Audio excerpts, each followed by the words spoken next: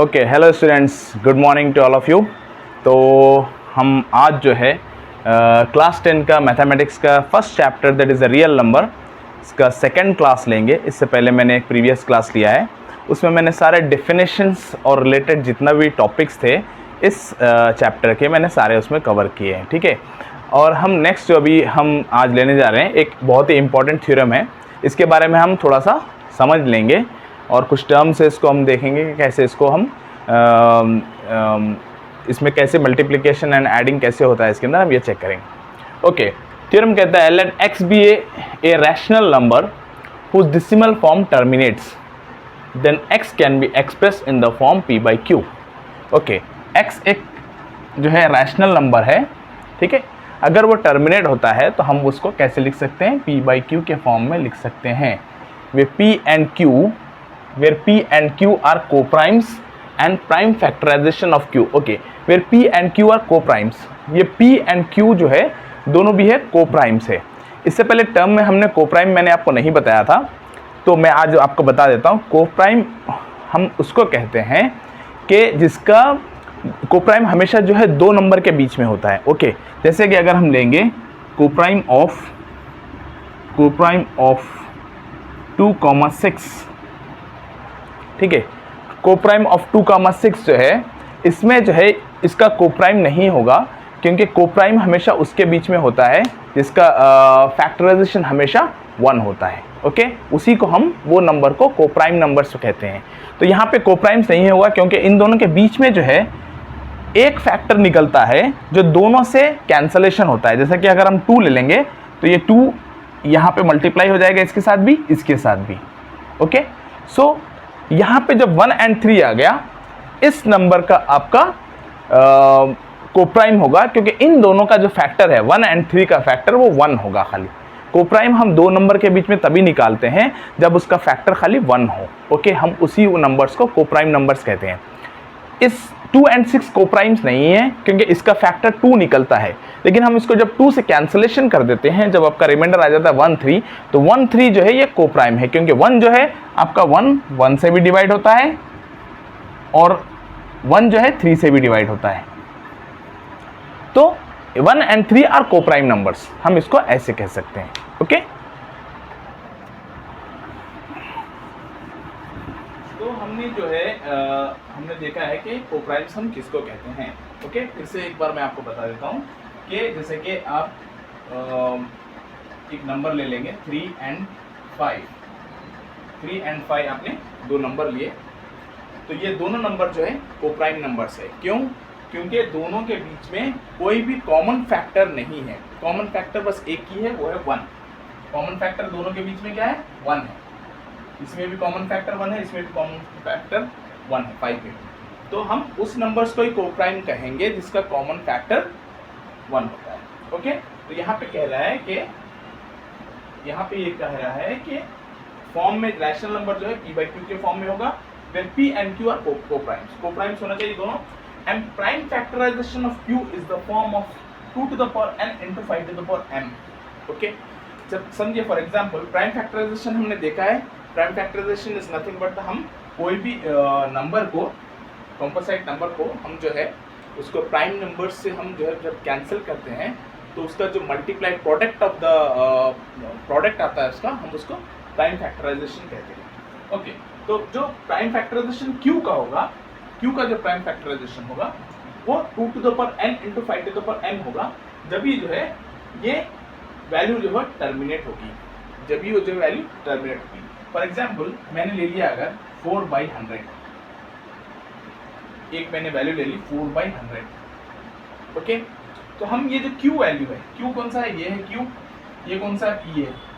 Okay, q value को हम अगर इसका प्राइम फैक्टराइजेशन करते हैं तो हम 2 से इसको कैंसिल करेंगे, 2 5 10 0, फिर से इसको कैंसिल करेंगे 2 25, फिर से हम इसको कैंसिल करेंगे 5 5। तो ये बन गया इसका प्राइम फैक्टराइजेशन ऑफ 100 क्या हो गया?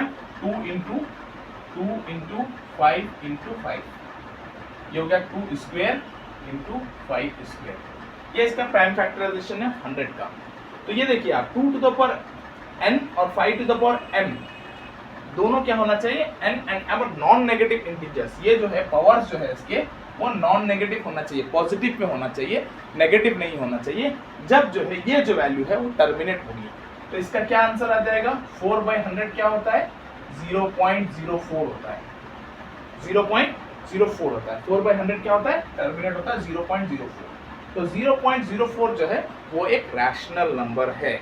इस थ्योरम में ये यही बताना चाहता है कि आप जो है रैशनल नंबर वो P/Q के फॉर्म में होगा। P एंड Q दोनों क्या होंगे, प्राइम नंबर्स होंगे, कोप्राइम्स होंगे। P एंड Q दोनों कोप्राइम्स होंगे।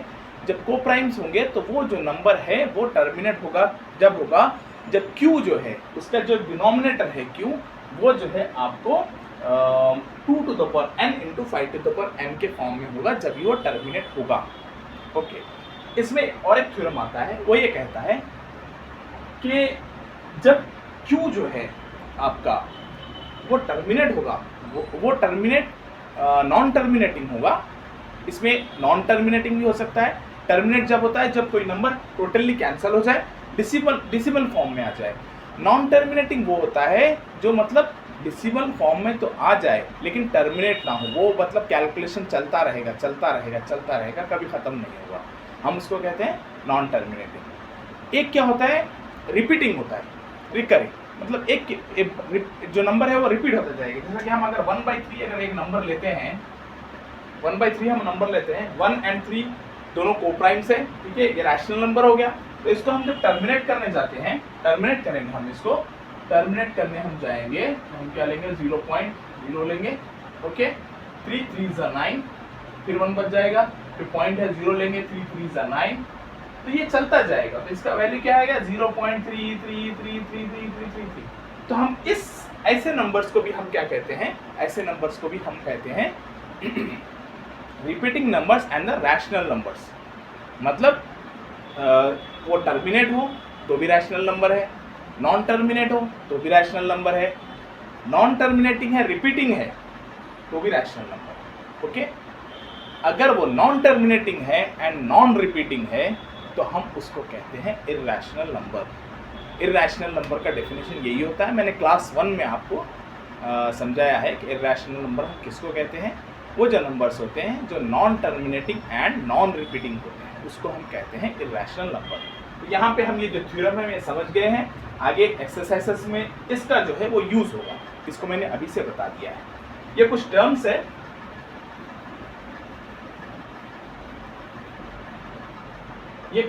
यहाँ पे यूज हुए हैं, ये मैं आपको एक्सप्लेन कर देता हूँ।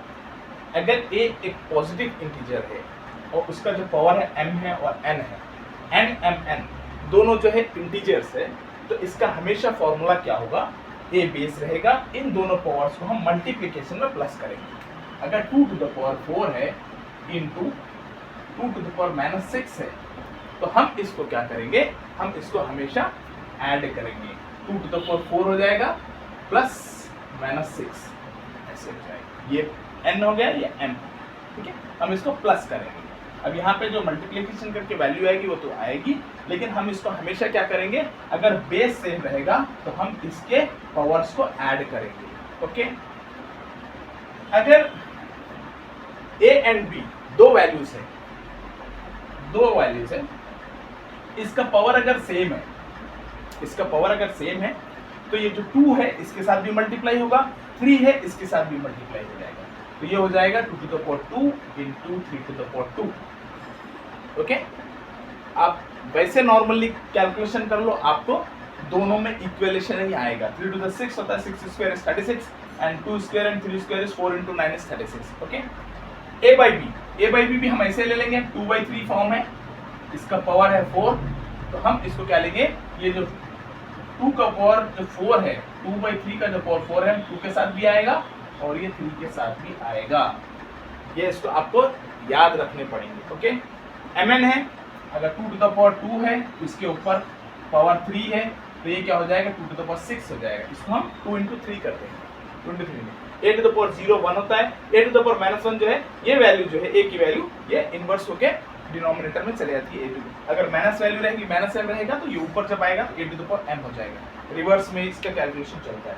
ओके, नेक्स्ट हम जो है एक और 2 थ्योरम्स है वो हम कंप्लीट करेंगे, उसके बाद हम exercise start. Okay students, next जो आपके सामने 2 एग्जाम्पल में लेके आया हूँ, इसको आप अच्छे से समझ लीजिए, ये भी एग्जाम में आ सकता है। इसमें दिया है फर्स्ट जो आपका, show that every positive even integer, even integers मतलब इंटीजर्स क्या होते हैं?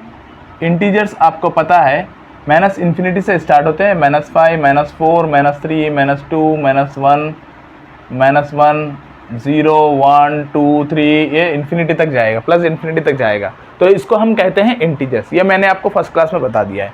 ये बोल रहा है पॉजिटिव इवन इंटीजर्स, मतलब इंटीजर्स जो है पॉजिटिव साइड में वो क्या होंगे? Is of the form 2q, वो क्या होंगे? 2q के फॉर्म में होंगे। Okay, and that every positive odd integers, और इसमें जो इवन इंटीजर्स है एंड द ऑड इंटीजर्स है, ऑड इंटीजर्स जो होंगे वो in the form of 2q + 1 where q is some integer. q क्या होगा? एक इंटीजर होगा। ओके, सब इंटीजर होगा, तो वो जो होगा आपका पॉजिटिव साइड में होना चाहिए। तो वो जो होगा इवन जो पॉजिटिव इवन इंटीजर्स है वो आपके 2q के फॉर्म में होंगे, और पॉजिटिव ऑड इंटीजर जो है वो रहेंगे 2q + 1 के फॉर्म में। ओके, इसको हम ले लेते हैं। लेट सॉल्यूशन यहां से स्टार्ट होगा। Let a be an any positive even integer, इसको हम क्या कहेंगे? Positive even integer, and b is equal to 2। b को हमने 2 ले लिया है और a को एनी पॉजिटिव इवन इंटीजर ले लिया है। b को 2 इसलिए ले रहे हैं हम यहाँ पे क्योंकि क्वेश्चन में 2q दे रखा है, 4q दे रखा था, तो हम 4 ले लेते हैं यहाँ पे। b is equal to 2, but we know that by division algorithm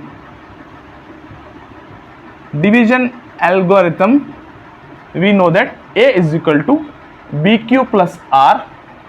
ये जो है डिवीजन एल्गोरिथम का आपका फॉर्मूला है, मैंने आपको इससे पहले वाले क्लास में समझाया है। अगर आप पहले वाले क्लास को देखना चाहते हो तो मेरा जो है डिस्क्रिप्शन में, इस वीडियो के डिस्क्रिप्शन में आपको पहले वाले का लिंक मिल जाएगा। Okay, bq plus r where q इसमें जो होना चाहिए, q is greater than equal to 0, या तो q इसमें 0 रहेगा या ग्रेटर रहेगा। Okay, then and r, that is the remainder, we should know that it should be greater than equal to 0 and less than 2 होना चाहिए। So we can write that r is equal to 0 or 1, it cannot be 2 because it is written that it is less than 2। So here we can write that therefore a is equal to 2q plus 0 is there because r value is 0, and we can write a is equal to 2q plus 1। Two equations we can write, a is equal to 2q and a is equal to 2q plus 1। If we take in place of q any positive any even number or any odd number, if we take, for example, if we take here a is equal to 2q, okay, if we take the even number here, 2 into 2 is equal to 4। okay, if we take a is equal to 2q, 2 into 3, I am taking 3 as odd integer in place of q, and again I get the positive even integer। okay, you got it। अगर हमने 2 भी लिया है even number तो भी आपको 4 आएगा, even number ही आएगा। अगर आपने ऑड नंबर लिया है तो भी आपको इवन नंबर ही आएगा। So we can say that तो a is equal to 2q is a positive even integer। okay, and 2q plus 1, whatever the values 2q is there, if we add plus 1 here we get the odd integer। so we can write either we take q value as even or odd in a is equal to 2q, we get only positive even integers। and if we take q values as even or odd in a is equal to 2q plus 1, we get positive odd integers. So we prove that the a is equal to 2q is of the positive even integer and a is equal to 2q plus 1 is the positive odd integer for any integer. We have proved this one. Okay, that is only is there. This question is same as this one. Okay, here it is written that every positive odd integer जो होना चाहिए वो किस form में होना चाहिए, 4q plus 1 के और 4q plus 3 के, where q is some integer. ये आपको प्रूफ करना है. इसको हम यहीं पर कर लेते हैं. a be any, क्या ले लोगे आप, let a be any positive odd integer. यहां पे क्या लिखोगे, ये 2 का सोल्यूशन है, क्वेश्चन 2 का ये सोल्यूशन है. इसको हम लेंगे let a be any positive odd integer and b is equal to 4. b का क्या वैल्यू ले लिया आपने, 4 ले लिया. By division algorithm we know that a is equal to bq plus r, which q is greater than equal to 0 and r is greater than equal to 0 and less than 4. So what the values of r we get? We get 1 0 1 2 3 till 3 we get the r values. R is nothing but the remainder. So what the values we get here, so a is equal to, as suppose that a is a positive odd integer. Okay, हमने odd integer लिया है इसको. So we get the value 4q plus 4q और a is equal to 4q plus 1, a is equal to 4q plus 2 और a is equal to 4q plus 3. These 4 values we get. Okay, if the remainder we take 0 1 2 3 we get 4 values. Okay, in either of the cases we see that इसको equation 1 मान लो, 1 2 3 and equation 4. In equation 1 and 3 we see that there is a 4q. In equation 1 and 3 we see that this is a is equal to 4q and a is equal to 4q plus 2. Here in this 2 equation we see that this 2 is the common factor and a is equal to, here we see that a is equal to 2 of 2q plus 1. So here 2 is the common factor in equation 1 and 2. So we can say that this is the even number. Because whenever the value is multiplying with 2 we get the even number only. So the rest of the equation, so the equation 2 and 4, this 2 and 4, this 4 are we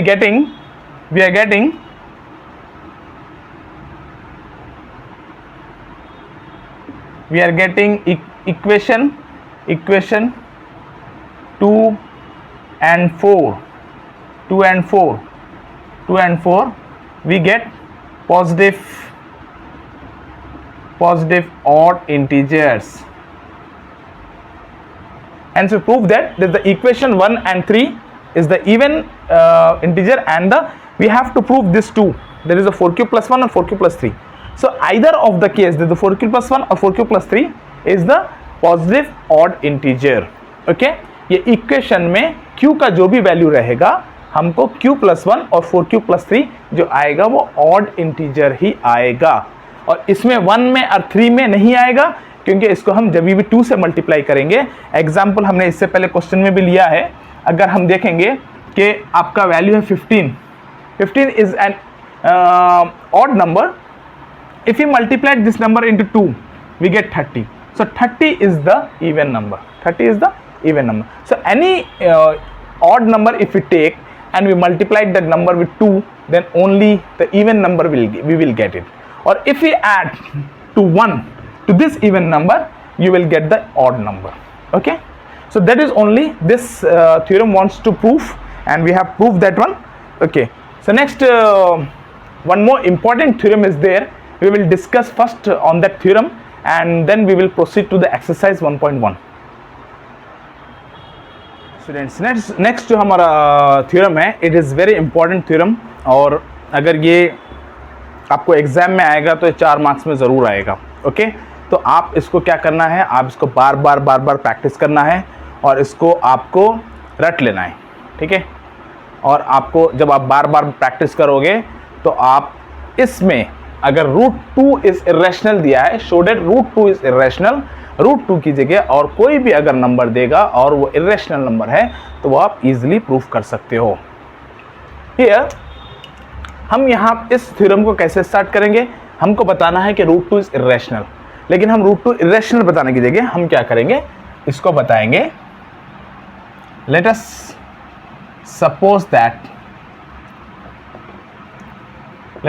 that √2 is rational. हमने क्या किया, √2 को rational बता दिया। Okay, if the √2 is rational, अगर √2 rational होगा then क्या होगा, if √2 is rational then we can write √2 is equal to p/q। हम इसको किस फॉर्म में लिख सकते हैं, √2 को p/q के फॉर्म में लिख सकते हैं। So if √2 is p/q where p and q are co-primes, p and q इसमें जो है co-primes होना चाहिए। ये नहीं कि हो कि √2 आपने ले लिया और ये जो p and q है ये इसको आपने कोई और फैक्टर से ये कैंसलेशन हो रहा है, वैसा नंबर नहीं होना चाहिए। इसलिए हम इसको क्या लिखते हैं, यहाँ पर ये लिखना बहुत ज़रूरी है, p and q और कोप्राइम्स। कोप्राइम्स मैंने आपको बता दिया है, कोप्राइम्स वो नंबर्स होते हैं जो ओनली 1 से डिवाइड होते हैं और किसी और नंबर से नहीं डिवाइड होते। इन दोनों के बीच में जो 2 नंबर के बीच में जो फैक्टर होता है वो 1 का होता है और किसी नंबर का फैक्टर नहीं होता है। तो दोनों होना चाहिए, कोप्राइम्स होना चाहिए। हो गया। इसके बाद हम क्या करेंगे, इसके बाद हम करेंगे squaring both the sides, squaring both the sides. So what we get here, √2 whole square is equal to p/q whole square. So what we get, 2 and this root cancel, we get 2 is equal to p square by q square. 2 is equal to p square by q square. So we get here 2q square is equal to p square. What we can write, 2q square is equal to p square. So here we say that q square is equal to p square by 2. हो सकता है ये 2 नीचे चले जाएगा तो q square क्या बन जाएगा, p square by 2 बन जाएगा। We know that one of the theorem is there, theorem of 1.6 एक थ्योरम है, वो ये कहता है, हमने लास्ट क्लास में इसको डिस्कस किया था, if any number square of that number is divided by the prime number, okay, then that p square is divided by 2, then p is also divided by 2. We can write here by theorem 1.6 we can say that if p square dividing by 2, then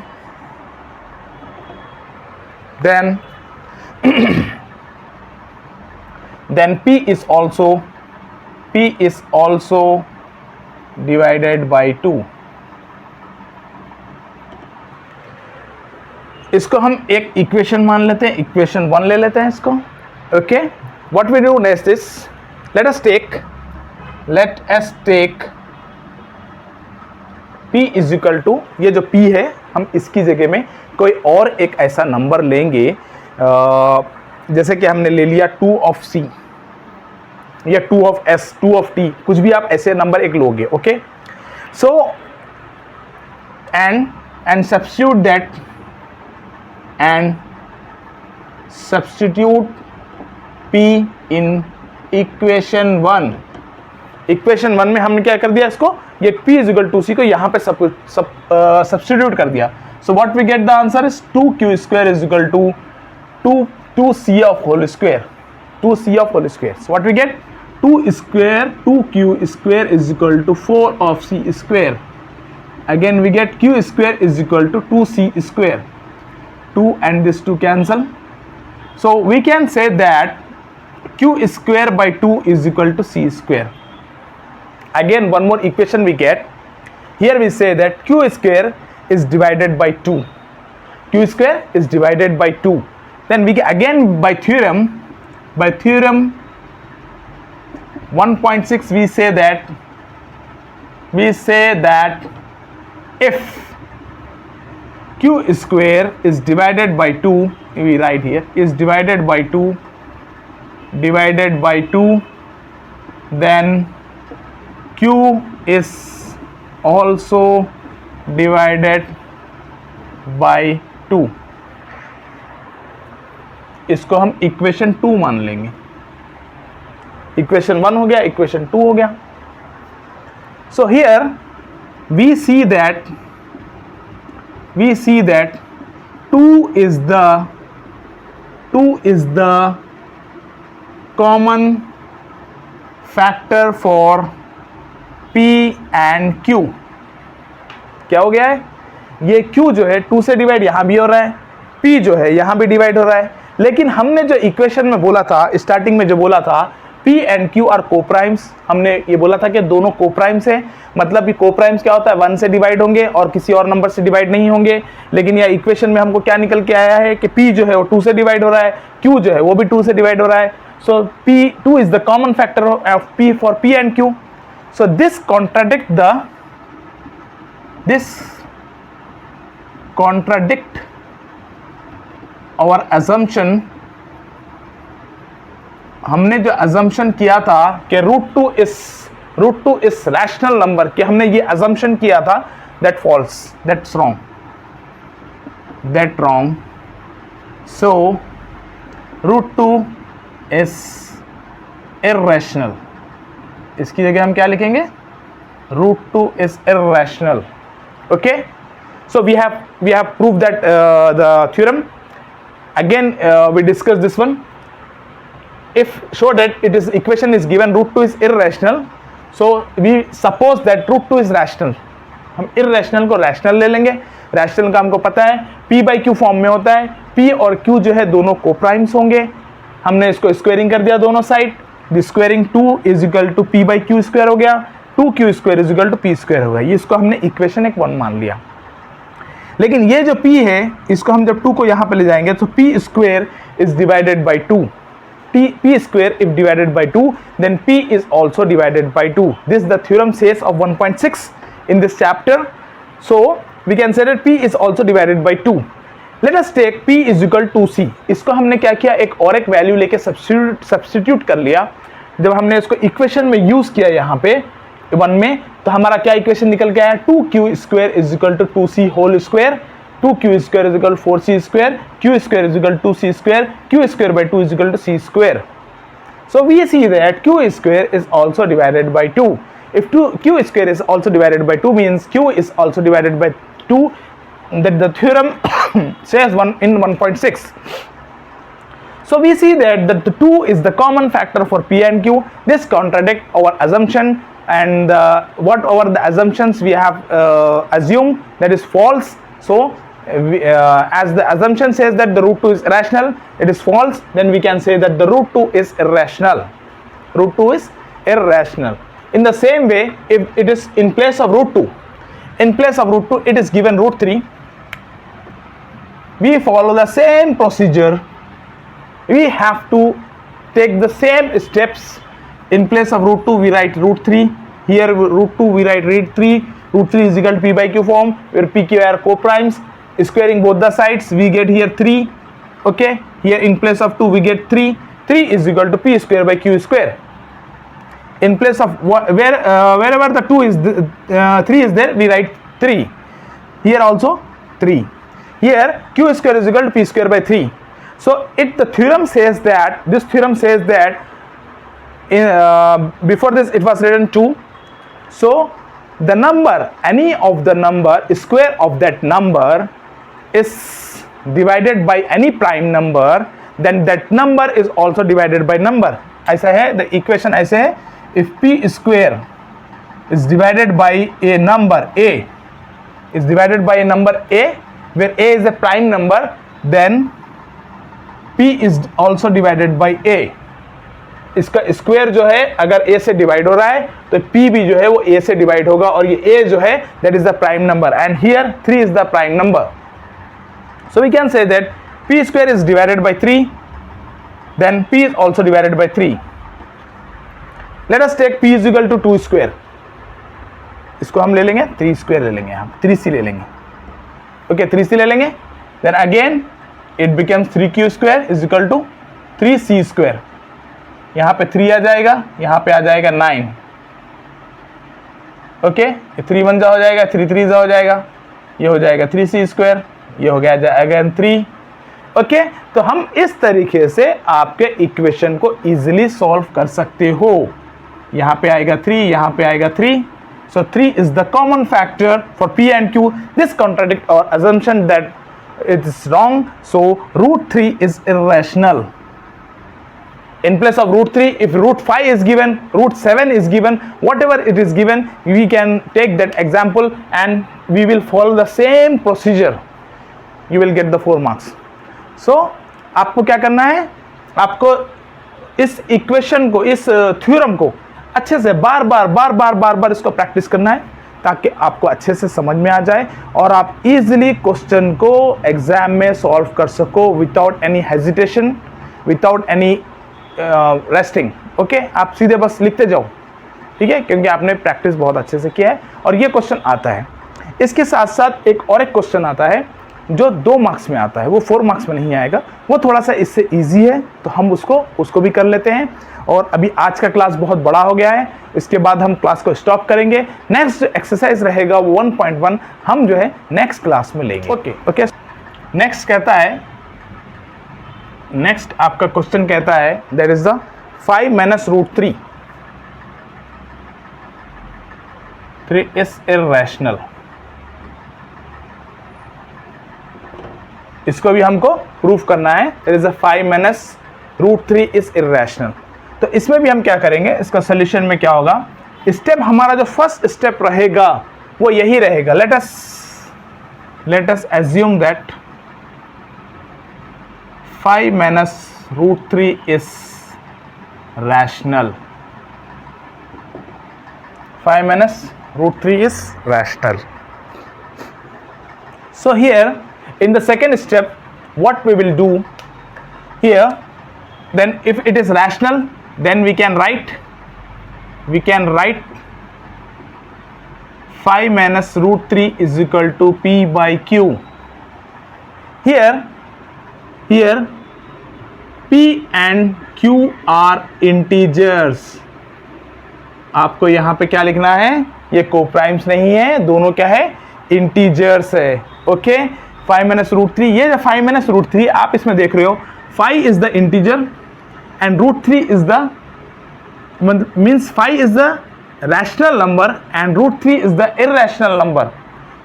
Combination of these two we have to prove that it is the irrational, because if it is 5 plus root 3, if it is 5 minus root 3, if it is 5 root 3, it is 5 by root 3. This all the combination of these two, these are all are the irrational numbers. Okay, so here also we are proving that 5 minus root 3 is equal to p by q और pq are the integers. Second step में हम ये लिखेंगे.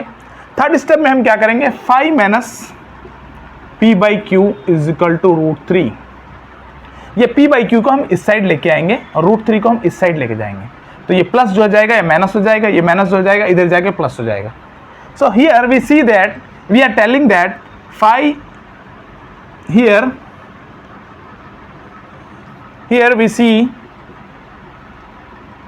we see that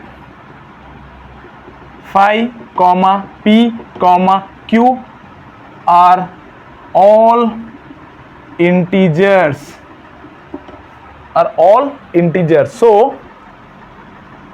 5 minus p by q is also integer, is 5 minus p minus 5 by q is rational. हम इसको क्या लिखेंगे, क्योंकि इंटीजर्स है, आप इसको किसी भी तरीके से सॉल्व करोगे तो आपको क्या आएगा, एक वैल्यू आएगी and that will be the rational number. So p minus 5/q is rational and so √3 is also rational. √3 is also rational because this is the left hand side, is the right hand side, but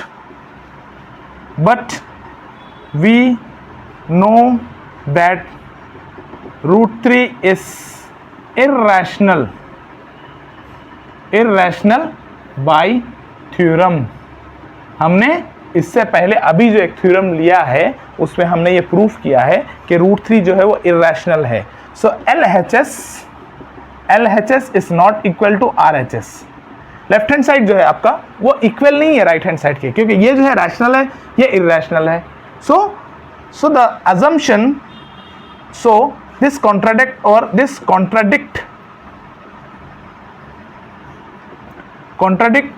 assumption.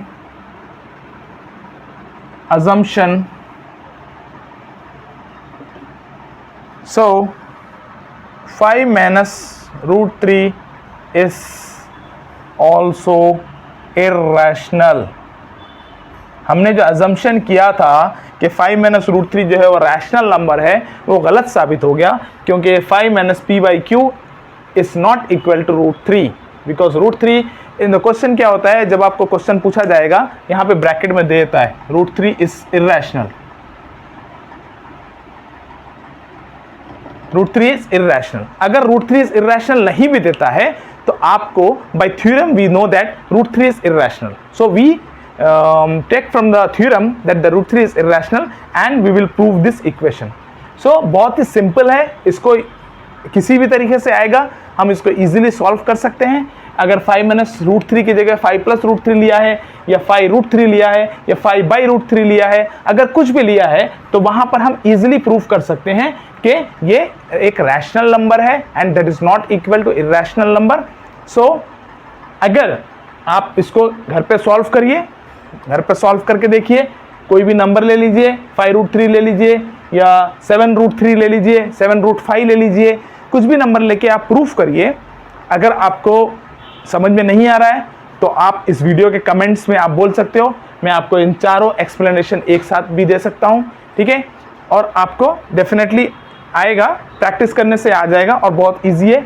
2 marks में पूछता है, आप इतना सा कर लोगे, you will get the 2 marks and definitely you will get the 2 marks. तो students यहाँ पे हम अपना आज का वीडियो हम यहाँ पे रोकते हैं.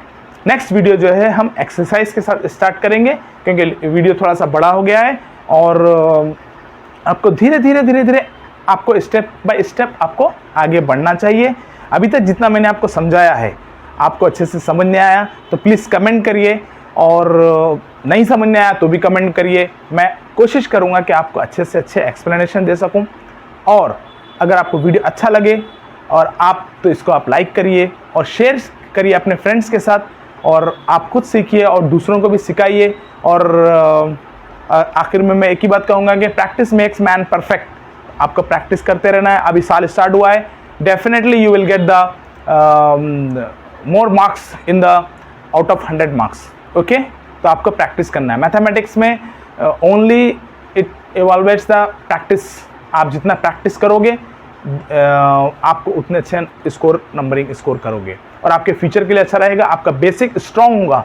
हमको क्या करना है, हमारा बेसिक स्ट्रॉन्ग बनाना है, ताकि हमको जो इन फ्यूचर में जो एग्ज़ाम्स होते हैं, जो आपके कॉम्पिटिटिव एग्ज़ाम्स होते हैं, उसको हमको क्रैक करना है. Okay, thank you very much for the watching this video. Thank you.